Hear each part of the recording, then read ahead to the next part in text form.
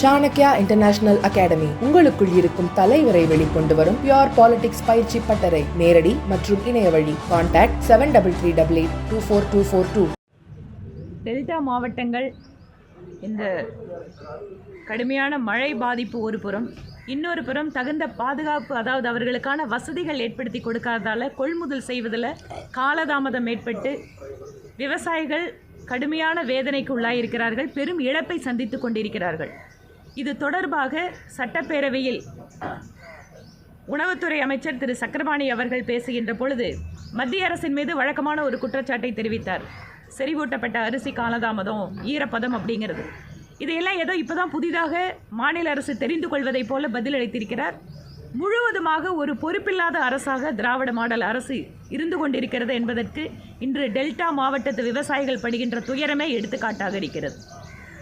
மாண்புமிகு எதிர்க்கட்சி தலைவர் அவர்களும் மற்ற அரசியல் கட்சி தலைவர்களும் இந்த பிரச்சனையில் அரசினுடைய கவனத்தை ஈர்த்தும் கூட அரசாங்கம் எந்தவிதமான நடவடிக்கையும் எடுக்காமல் இருப்பது அவர்களுடைய தோல்வியை காட்டுகிறது. அவர்களுக்கு தகுந்த இழப்பீடு, விவசாயிகளுக்கு தகுந்த இழப்பீடினை கொடுத்து உடனடியாக இந்த பிரச்சனைக்கு ஒரு நிரந்தரமான தீர்வை உருவாக்க வேண்டும். சேமிப்பு கிடங்கள் இல்லாமல் எத்தனை வருஷம் விவசாயிகள் கஷ்டப்பட போகிறாங்க? சேமிப்பு கிடங்களை இன்னும் ஒரு மாதத்தில் கட்ட முடியுமா? இதற்காக திட்டமிடல் எந்த விதத்திலையும் திட்டமிடல் கிடையாது. டெல்டாக்காரன் என்று சொல்கின்ற மாநிலத்தினுடைய முதல்வர் பெயரளவுக்கு அந்த பெயரை பயன்படுத்துகிறாரே தவிர உண்மையாக விவசாயிகளுக்கு, அதிலும் டெல்டா மாவட்டத்து விவசாயிகளுக்கு முற்றிலுமாக திராவிட மாடல் அரசு துரோகம் இழைத்து கொண்டிருக்கிறது. அதே போல் சஞ்சீவ் தர்மத்தில் நீங்கள் பேசும்போது சொன்னீங்க, ஜாப் ஆர்டர்ஸ் எல்லாம் நாங்கள் கொடுத்துட்ருக்குறோன்னு, மற்ற வாக்குறுதிகள் மற்றவங்கெல்லாம் பண்ணாத மாதிரி பேசுகிறோம். பிரைம் மினிஸ்டர் அவர்கள் என்ன வாக்குறுதியை கொடுத்துட்ருக்காரோ செஞ்சிட்ருக்காரு அப்படிங்கிறத நம்ம இந்த 6 மாத காலத்திலேயே எங்களால் உதாரணமாக சொல்ல முடியும். அது 10 லட்சம் பேருக்கு வேலைனாரு, இன்றைக்கி 11 லட்சம் பேருக்கு அரசு வேலை கொடுத்துட்ருக்கிற நிகழ்வை கண்ணு முன்னால், ஒவ்வொரு நிகழ்வையும் உங்கள் முன்னால் தான் நடத்தி காட்டிகிட்டு இருக்கோம். அதே போல் ஜிஎஸ்டியை குறைப்போம் அப்படின்னு ஆகஸ்ட் 15 ரெட் ஃபோர்ட்டில் பேசினார். இன்றைக்கி தீபாவளிக்கு என்ன சேல்ஸ் ஆகிருக்கு, எந்த அளவுக்கு இன்றைக்கி அரசுக்கு வருமானம் வந்திருக்கு, இன்றைக்கு வியாபாரிகள் எந்த அளவுக்கு வருமானம் அதிகமாகிட்டு இருக்காங்க, உற்பத்தி துறை, மேனுஃபேக்சரிங் செக்டர் இதனால் இன்னும் புதிய பூஸ்ட்டுக்கு போகிட்டு இருக்கு. அதனால் ஜிஎஸ்டி குறைப்போங்கிறது இன்றைக்கி கண்ணு முன்னால் 3 மாத காலத்துக்குள்ளே குறைச்சி மக்களுக்கு அந்த வாக்குறுதி நிறைவேற்றியிருக்காரு. நான் அது கான்ட்ரரியாக சொல்லணும்னா திராவிட மாடல் அரசு எத்தனை வாக்குறுதிகளை கொடுத்தீங்க? நான் இதைத்தான் சட்டப்பேரவையில் கேட்டேன்.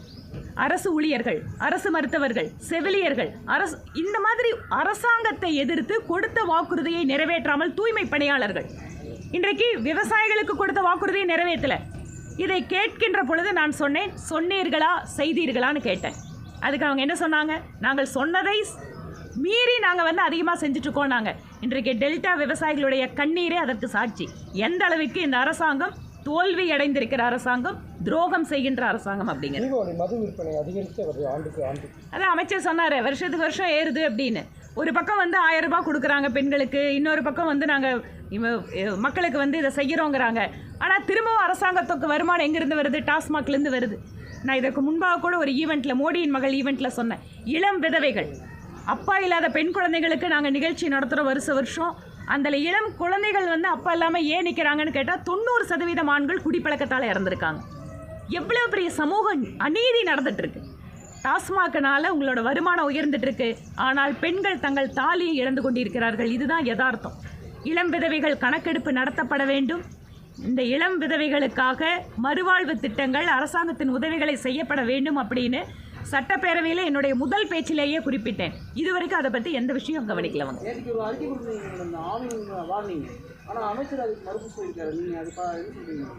ஆவின் கூட்டுறவு சங்கங்கள் மூடப்பட்டிருக்கிறதா ஆர்டிஐ வாயிலாக அரசாங்கத்தினுடைய பதிலை வைத்து தான் என்னோட அறிக்கையை சொல்லியிருக்கேன். அவங்க முதல்ல டிபார்ட்மெண்ட்டில் என்ன நடக்குதுன்னு பார்க்கணும். அமைச்சர்கள் இன்னும் 6 மாத காலம்தான் இருக்குது, எதில் டெண்டர் போடலாம், எதில் காசு பார்க்கலான்னு இருந்தால் உண்மையான பிரச்சனை தெரியாது அவங்களுக்கு.